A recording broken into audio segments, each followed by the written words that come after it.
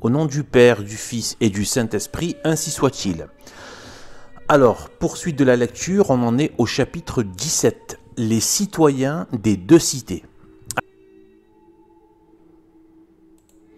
De là se fait autrement inexplicable que tous les peuples, même païens, ont prié avant de manger. Le fait étant universel a donc une cause universelle. Une cause universelle est une loi. Prier avant de manger est donc une loi de l'humanité. Le mépris orgueilleux, le sourire imbécile n'y font rien. Toujours il restera qu'on ne connaît dans la nature que deux sortes d'êtres qui mangent sans prier, les bêtes et ceux qui leur ressemblent. Nous disons qu'ils leur ressemblent, car on peut mettre au défi non seulement tous les contenteurs du bénédicité, ce qui est peu, mais tous les naturalistes du monde de trouver une différence entre l'homme qui mange sans prier et un chien ou un pourceau. S'assimiler aux bêtes dans une circonstance où tous les peuples, même païens, ont senti la nécessité de s'en distinguer, voilà ce qu'ils font. Et parce qu'ils le font, ils se tiennent pour de grands esprits. Il a fallu venir à notre époque d'épais matérialisme pour rencontrer des hommes qui se croiraient déshonorés si, 2 fois le jour, ils ne s'assimilaient ostensiblement à l'âne ou au crocodile. Homo cum in honore esset, non intellexit, comparatus es iumentis incipientibus et similis factus est illis. Un second signe de la religion, c'est l'amour. Le Saint-Esprit étant charité, de l'âme dans laquelle il réside, il fait la charité vivante. Le signe distinctif de la charité, c'est l'oubli de soi, pour Dieu et pour les autres. L'oubli du corps au profit de l'âme. L'oubli porté jusqu'au sacrifice. L'homme entre-t-il dans la cité du mal? À l'instant, la charité disparaît. L'égoïsme lui succède. L'homme se souvient de lui, rien que de lui.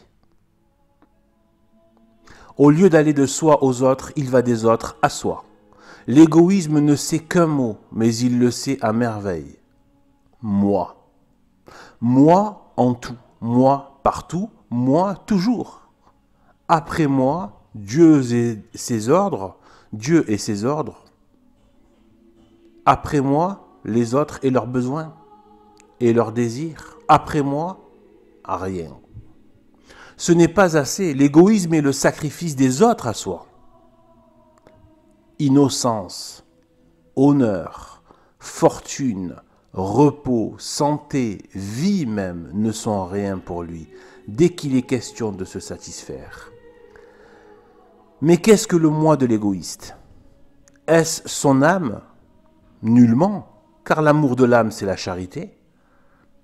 Qu'est-ce donc? C'est la partie inférieure de son être, c'est le corps. Et dans le corps même, la partie la plus intime. En dehors de la foi, tout le travail de l'homme se rapporte en dernière analyse à la vie corporelle. Le boire et le manger en sont les éléments. Commencée par eux, soutenue par eux, elle finit par eux. Avoir de quoi boire et de quoi manger, l'avoir au gré de ses convoitises, l'avoir abondamment, s'assurer qu'on l'aura toujours, voilà le premier et le dernier mot de l'égoïsme.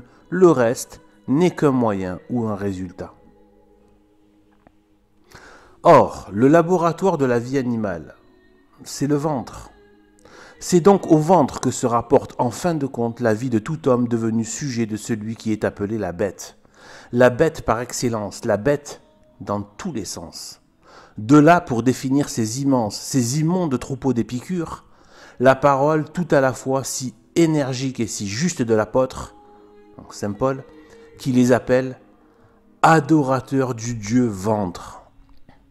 Quorum Deus venter est. Ce qui est vrai de l'homme et de certains peuples l'a été de l'humanité elle-même la veille du déluge, et le sera plus encore vers la fin des temps. Cette honteuse assimilation de l'homme à la bête se développe dans toutes ses conséquences. Nous n'en citerons qu'une seule, c'est la stupidité ou la perte de l'intelligence. La bête est stupide, c'est-à-dire qu'elle ne comprend ni n'admire. Elle ne comprend pas. Comprendre, c'est voir l'idée dans le fait. Placer un triangle sous les yeux d'un chien, il verra un objet matériel, formé de 3 côtés égaux. Mais l'idée de triangle lui échappe. Pourquoi? Parce qu'au-delà du domaine des sens, il n'y a rien pour lui. La bête n'admire pas. Pour admirer, il faut comprendre. À coup sûr, l'âne est moins impressionné de la vue d'un chef-d'œuvre que de la vue d'un chardon. La bête donc ne comprend ni n'admire, ainsi de l'homme qui devient bête. Tombé des hauteurs de la foi, il n'a plus d'autre intelligence que celle de la matière et de la vie matérielle. Chercher le but final de ses spéculations, de ses études, de ses découvertes, de sa politique, de tout ce mouvement fébrile qui l'entraîne et le consume, que trouverez-vous? Le corps et ses appétits. Lumière, progrès, civilisation, quel est le sens de tous ces mots pompeux? Traduit en prose vulgaire, il signifie science du pot-au-feu, philosophie du pot-au-feu, amour du pot-au-feu, garantie et glorification du pot-au-feu, c'est-à-dire de la bouffe, et du ventre et des appétits physiques. En termes différents, c'est le programme invariable et l'éternel refrain de tous les hommes et de tous les peuples bêtifiés par la bête infernale. Guillemets, buvons et mangeons car nous mourrons demain. C'est notre bonheur, c'est notre destinée, du pain et des plaisirs, voilà tout l'homme.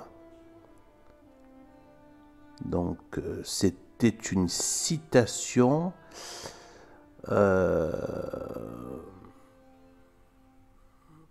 apparemment d'origine païenne.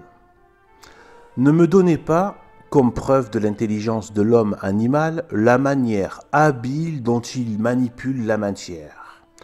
L'hirondelle, le ver à soie, l'abeille, qui n'ont pas d'intelligence, la manipule plus habilement que lui. Nous le répétons, l'intelligence consiste à lire l'idée dans le fait, à voir la cause dans le phénomène. Non pas remarquer le bien, cette cause immédiate qui resplendit en quelque sorte à travers le fait, mais la vraie cause, la cause première et le but final. Or, tout cela n'est connu que dans la cité du bien. À celui qui habite la cité du prince des ténèbres, parler du monde des causes, du monde de Dieu et des anges, vrai domaine de l'intelligence, toutes ces réalités sont pour lui des abstractions ou des chimères. Il est stupide. Que sera-ce si vous lui signalez l'intervention permanente, universelle, inévitable et décisive du monde inférieur? Ses lèvres grimaceront le rire du mépris. Il est stupide. Descendez de ses hauteurs, dites-lui qu'il a une âme immortelle, créée à l'image de Dieu, rachetée par le sang d'un Dieu, destinée à un bonheur ou à un malheur éternel. Ajoutez que l'unique affaire de l'homme étant de la sauver. S'occuper de toutes les autres, excepté de celle-là, c'est chasser aux mouches et tisser des toiles d'araignée. Il bâille ou il dort, il est stupide. Essayez de dérouler à ses yeux les merveilles de la grâce, tous ces chefs-d'œuvre de puissance, de sagesse et d'amour qui ont épuisé l'admiration des plus grands génies. Vous parlez une langue dont il ne comprend pas un mot, il est stupide. Sermon, livre de piété ou de philosophie chrétienne, conversation religieuse, fête solennelle qui, avec les mystères les plus augustes, retrace à l'esprit et au cœur les plus grands bienfaits du ciel.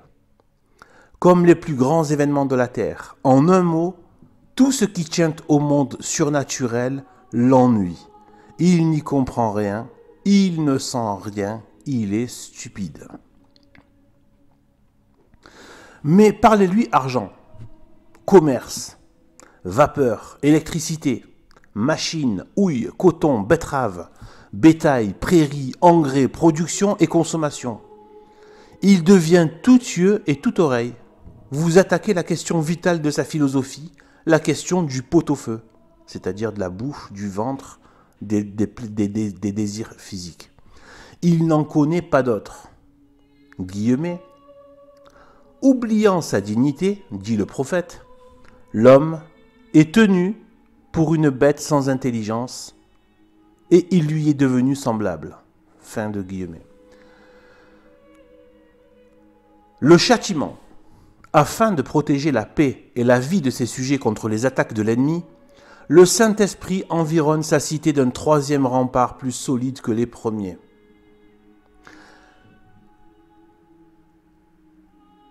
Si l'homme, quel qu'il soit, ose dire au roi de la cité du bien « Je ne veux plus vous obéir », non serviam, c'est ce qu'a dit Satan à Dieu, à l'instant, le libre de libre, il devient esclave et marche à l'abrutissement. Entraîné à toutes les dégradations intellectuelles et morales, il commence dès cette vie l'enfer qui l'attend dans l'autre.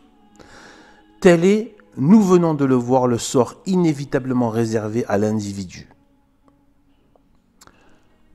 La révolte contre le Saint-Esprit devient-elle contagieuse au point que dans son ensemble, un peuple où le genre humain lui-même ne soit plus qu'un grand insurgé? Alors le crime, débordant de toutes parts, attire des châtiments exceptionnels. Toute loi porte avec elle une sanction.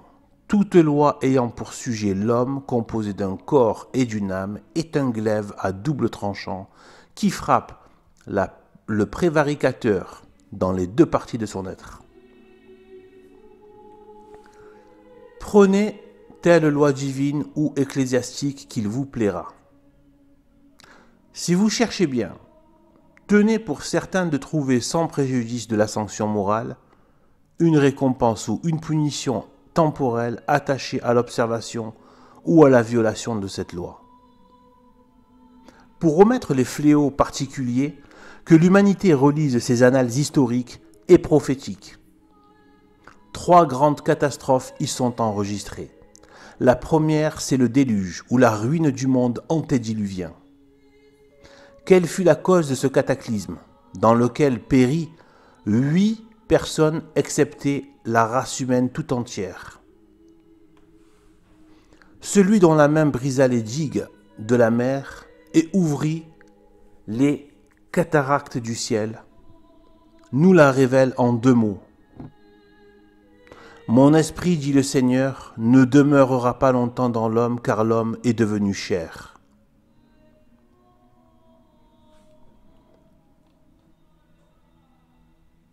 Donc c'est dans la Genèse 3. Non, pardon, Genèse 3. Cette redoutable sentence se traduit ainsi, guillemets, malgré tous mes avertissements, l'homme a secoué le joug de mon esprit, esprit de lumière et de vertu. Il s'est livré à l'influence de l'esprit des ténèbres et de malice. Le monde surnaturel, son âme, moi-même, ne sommes plus rien pour lui. De son corps, il a fait son Dieu, il est devenu chair. Créature coupable et dégradée, il est indigne du bienfait de la vie, il périra. Fin des guillemets. Et au déluge de crimes succéda le déluge d'eau qui les emporta tous. Une seconde catastrophe, non moins éclatante que la première, c'est la ruine du monde païen. Oubliant la terrible leçon qu'il avait reçue, l'homme de nouveau s'était soustrait à l'action du Saint-Esprit. Livré corps et âme à l'esprit mauvais, il en était venu à le reconnaître presque universellement pour son roi et pour son Dieu. Sous 1000 noms divers, il l'adorait dans des millions de temples, d'un bout à l'autre du monde. Autant d'adoration, autant de sacrilèges, de cruauté et d'infamie. Comme avant le déluge d'eau, l'homme était redevenu chair. Au souffle des barbares, le monde païen disparut sous un déluge de sang.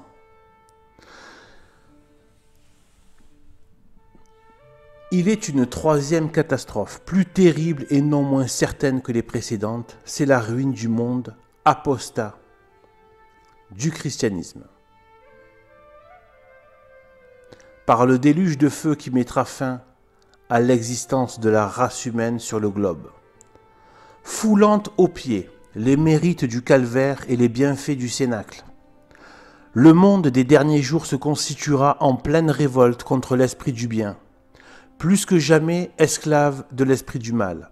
Il se livrera avec un cynisme inconnu à tous les genres d'iniquité. Tel sera le nombre des transfuges, que la cité du bien sera presque déserte, tandis que la cité du mal prendra des proportions colossales. Une troisième fois, l'homme sera devenu chair. L'esprit du Seigneur se retirera pour ne plus revenir. Et un déluge de feu embrasera la terre, 1000 fois plus coupable, car elle sera 1000 fois plus ingrate que la terre des païens et des géants. Donc les géants, c'était les peuples antédiluviens.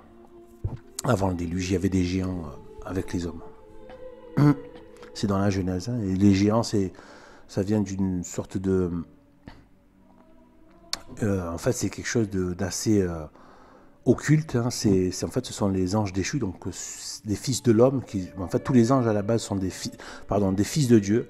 En fait, faut pas oublier que toutes les créatures de Dieu sont les enfants de Dieu. Donc, les anges aussi peuvent être appelés les fils de Dieu. Et en fait, donc, c'était les anges déchus, en fait. Les anges déchus qui ont trouvé le moyen de copuler avec... d'entrer dans la matière et de copuler avec des femmes humaines qui étaient belles et ils se sont laissés aller à cette concupiscence et sexuelle, et du coup ils ont engendré une race de géants qui cohabitaient avec les hommes. Bon, on ne sait pas trop comment, voilà. Donc là je ne fais que répéter ce que j'ai appris, toujours pareil, je n'enseigne rien, je ne fais que répéter ce qu'on m'a enseigné. Donc, dans la foi catholique. Et si jamais quelqu'un a quelque chose à redire par rapport à ça, qu'il n'hésite pas en commentaire. Je ferai du coup un erratum, une rectification sur la vidéo. D'accord? Avec un petit mot par-dessus. Donc, mais je pense que j'ai tout bon là, à ce niveau-là. Je me souviens assez de ce passage-là. Donc, car elle sera 1000 fois plus ingrate que la terre des païens et des géants. L'esclavage, la honte, le châtiment, tel est donc le triple rempart que l'homme doit franchir pour sortir de la cité du bien. À ces moyens extérieurs, si on ajoute les secours et les bienfaits de tout genre, prodigués aux habitants de cette heureuse cité, n'est-on pas en droit de conclure que nul ne voudra la quitter ? L'expérience confirme-t-elle le raisonnement? C'est ce que l'histoire va nous apprendre. Fin du chapitre 17. Au nom du Père, du Fils et du Saint-Esprit, ainsi soit-il.